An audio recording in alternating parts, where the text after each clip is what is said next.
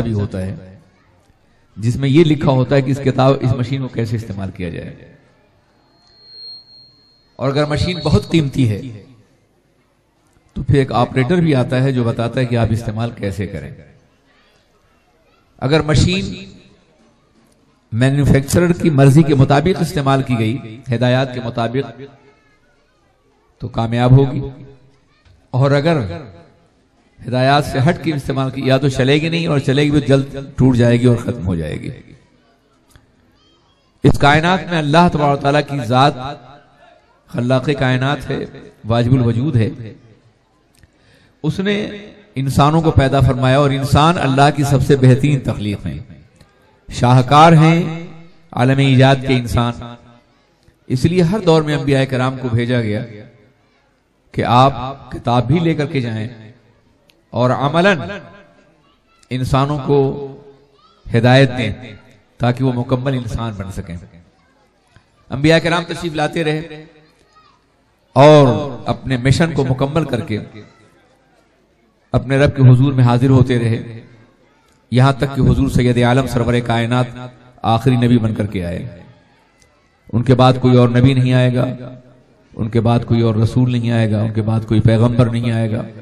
یہ امت مسلمہ کا متفقہ عقیدہ ہے، اور جو اس سے ایک منہ بھی اعتراض کرے یا انحراف کرے وہ مسلمان نہیں ہے.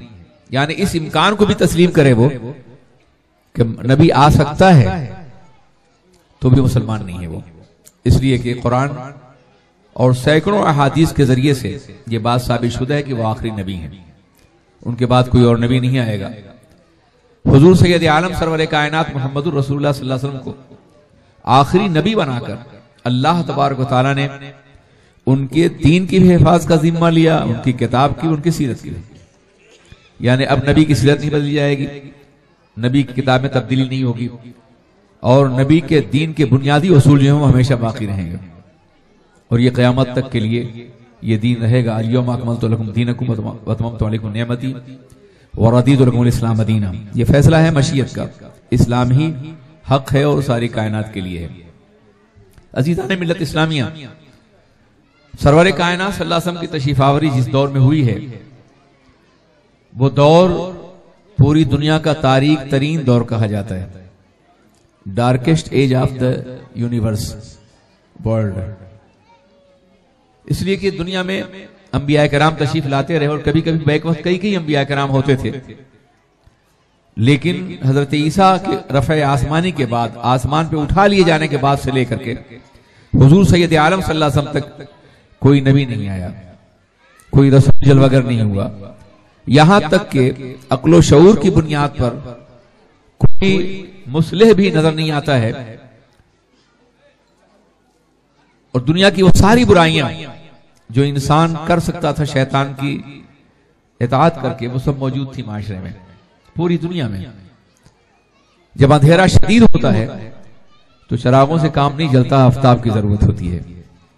انبیاء کرام آسمان ہدایت کے ستارے تھے، اور وہ رات کی تاریکیوں کو روشن کرتے رہے، مسافر کو منزل کا پتہ دیتے رہے، یہاں تک کہ سرور کائنات تشریف آوری آفتاب رسالت کی حیثیت سے ہوئی، اور رات کے بجائے ایک اجالا پھیلا پوری دنیا میں، جس میں ہم بھی جی رہے ہیں اور آپ بھی جی رہے ہیں.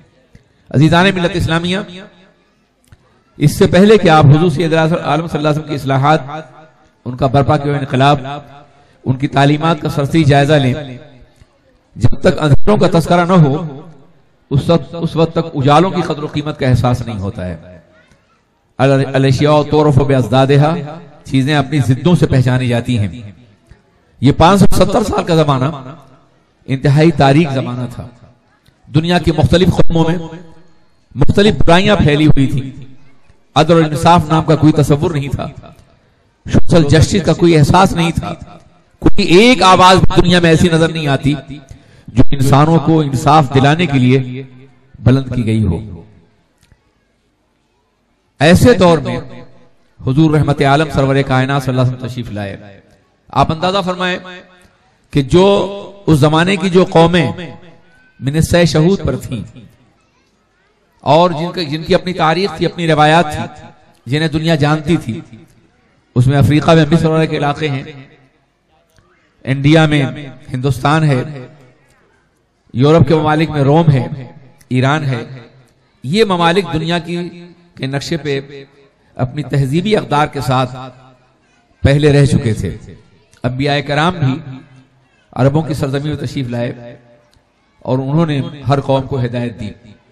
لیکن حضور اکرم سرور کائنات محمد الرسول اللہ علیہ السلام صلی اللہ علیہ وسلم کی تشریف آوری سے پہلے کہیں بھی ہدایت کا کوئی تصور نہیں تھا. یعنی کعبہ مقدسہ کی تعمیر جب ہو رہی تھی اور جناب ابراہیم علیہ السلام نے دعا کی تھی ربنا وابعث فیہم رسولا منہم، اے اللہ ان میں ایک رسول پیدا فرما دینا جو تعلیم کتاب دے اور تزکیہ نفس فرمائے.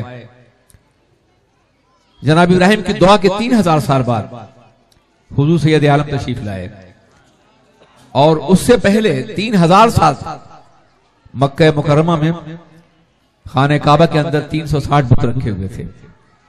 اللہ بڑا بے نیاز ہے، وہ جب چاہتا ہے انقلاب برپا فرما دیتا ہے اپنے حکم سے، اور جب چاہتا ہے انسانوں کو ان کی اپنی سرشت کے حوالے کر دیتا ہے، اپنے طرز عمل کے حوالے.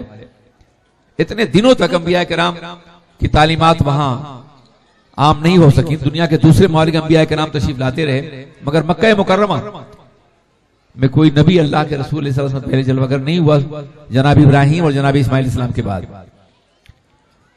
یہ تمام برائیوں کا مرکز بن گیا تھا حجاز مقدس کی سرزمین. وہ ساری برائیاں جو دوسری قوموں میں الگ الگ تھیں یہاں ایک ساتھ پائی جاتی تھی. شراب، زنا، بدکرداری، جھوٹ، فریب، غیبت، یہ ساری برائیاں بیک وقت تھیں. قتل اولاد، قتل نفس، قبائلی حملے، قبائلی جنگیں، کئی 100 سال تک ایک ایک جنگ چلتی رہتی تھی، اور یتامہ کی بہت بڑی تعداد ہوتی تھی، اس لیے کہ باپ مر جاتے تھے اور بچے یتیم بنا لیے جاتے تھے اور پھر وہ غلام بنا لیے جاتے تھے. سلیوری کا عام رواج تھا. ایسے دور میں حضور سید عالم سرور کائنات محمد الرسول اللہ تشریف لائے. مکہ مکرمہ کی زندگی میں آپ نے عقیدے کو اس وقت تک اعمال کی طرف، فرائض کی طرف، واجبات کی طرف کا حکم نہیں دیا گیا. یہ اور بات ہے کہ حضور اکرم صلی اللہ علیہ وسلم کے نقش قدم کی اتباع کرتے ہوئے جو ایمان لاتے تھے وہ اپنے طور پہ عبادت کرتے تھے، لیکن نہ نماز فرض ہوئی تھی، نہ روزہ فرض ہوا تھا، نہ حج فرض ہوا تھا، نہ زکوٰۃ فرض ہوا تھا. یہ سارے اعمال مکہ مکرمہ کی نماز مکہ مکرمہ کی آخری دور میں فرض ہوئی ہے، بقیہ اعمال مدینہ طیبہ میں. مکہ مکرمہ کی پوری زندگی میں 3-4 مضامین تھے جن پر زور دیا گیا ہے. پورے قرآن عظیم کا مطالعہ کیجئے، مکی صورتوں کا. اس میں توحید ہے، رسالت ہے، قرآن عظیم ہے اور آخرت ہے.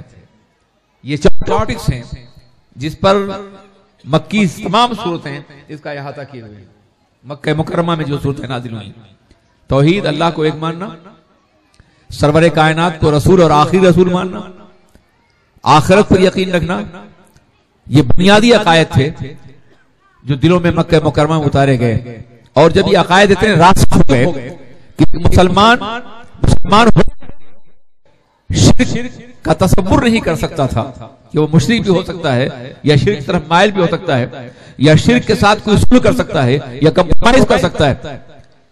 اور جب ایک مسلمان نے سرور کائنات علیہ السلام کی رسالت مطلقہ اور سعادت عامہ پہ کامل یقین کر لیا اور قرآن پاک کو منظم من اللہ اس نے قرار دیا اور اس پر عمل کیا، یقین کیا، اور جب گیا تو اس کے بعد اعمال کا سلسلہ شروع ہوتا ہے.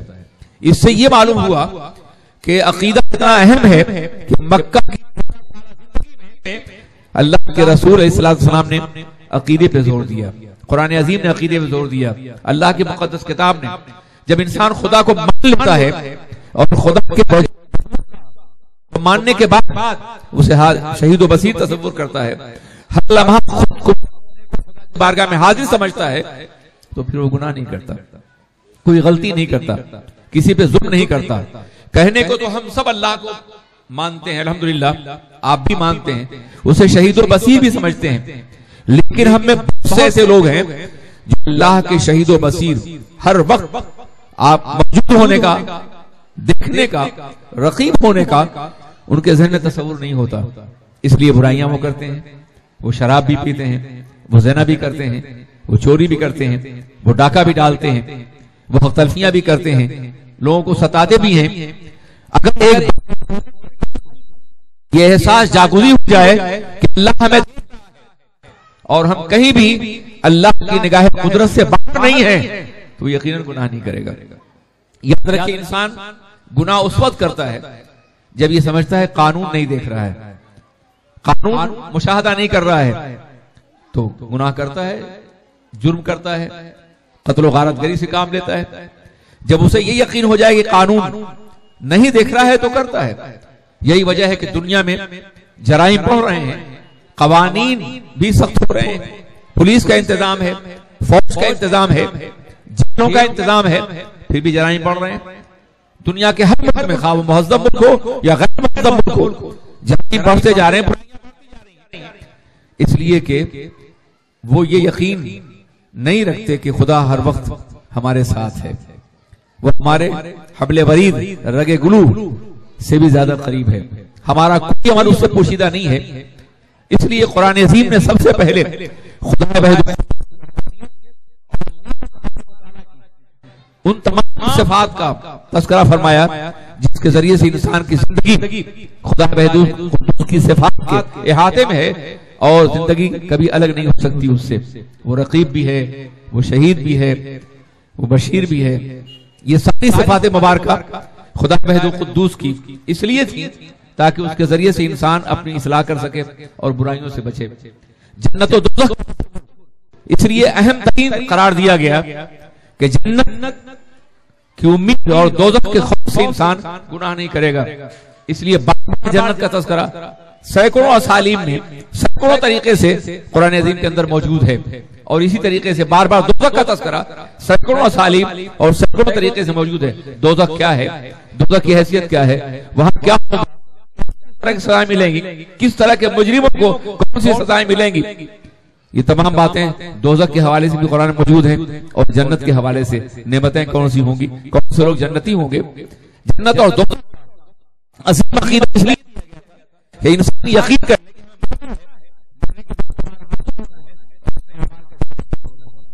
یقین زندہ ہوگا، یقین ایک واقعی ایک محسوس پیکر میں ڈھل جائے گا یہ یقین، تو پھر انسان کو گناہ نہیں کرے گا، کوئی غلطی نہیں کرے گا. آج مسلمان اگر غلطیاں کرتے ہیں، گناہ کرتے ہیں، اس دعوے کے دیکھ رہا ہے تو اس کا مطلب کہ یہ عقیدہ باضابطہ ایک محسوس صورت میں ان کے سامنے موجود نہیں ہے، لفظوں کی شکل میں ہے. مانتے ہیں اسے مگر اللہ کے شہید و بصیر ہونے کا احساس، نگراں ہونے کا احساس، ہر عمل کے جاننے کا احساس کہ وہ ہمارے ہر عمل کو دیکھتا ہے، حتیٰ کہ ہمارے دل میں پیدا ہونے والے خیالات و خدشات کو بھی دیکھتا ہے، ہمارے سطح ذہن پہ ابھرنے والی باتوں کو بھی مشاہدہ فرما رہا ہے. کوئی چیز اسے پوشیدہ نہیں ہے. اسی لیے اعمال میں سب سے پہلے نماز فرض کی گئی، عقیدے کی پختگی کی بات کہ نماز دن میں 5 مرتبہ کہ تم کو تمہارا خدا دیکھ رہا ہے، پروردگار عالم دیکھ رہا ہے، رب العزت دیکھ رہا ہے، وہ دیکھ رہا ہے جس کی بارگاہ میں حاضر ہونا ہے، وہ دیکھ رہا ہے جس اعمال کا جواب ہونا ہے. دنیا میں قوانین بنتے ہیں برائیوں کو روکنے کے، عدالتیں اور کورٹس اور کچہریاں ہیں، مگر یقین مان لیجیے کہ برائیاں ختم نہیں ہوتی.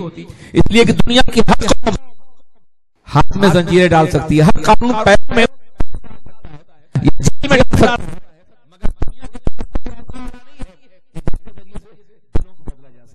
دل کو زنجیر پہنایا جا سکے، دل کو متاثر کیا جا سکے. نماز دن میں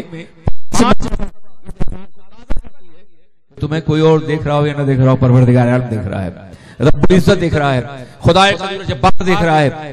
اور جب یہ یقین مان لیجئے کہ پھر انسان گناہ کے تصور سے لڑ جاتا ہے. ہمارا پروردگار دیکھ رہا ہے، ہمارا رب دیکھ رہا ہے. کیا ہم نہیں مانتے کہ اللہ دیکھ رہا ہے؟ کیا آپ نہیں مانتے کہ اللہ دیکھ رہا ہے؟ لیکن یہ عقیدہ ایک سامنے موجود نہیں ہے. ہر وقت ہمارے اوپر نماز کی پابندی اس لیے قرار دی گئی تاکہ بدلتے وقت کے ساتھ آپ خدا بند جھکا کر کے اللہ تبارک و تعالیٰ کے شہید و بصیر ہونے کا اور ہونے کا احساس کر لیں کہ وہ ہمیں دیکھ رہا ہے.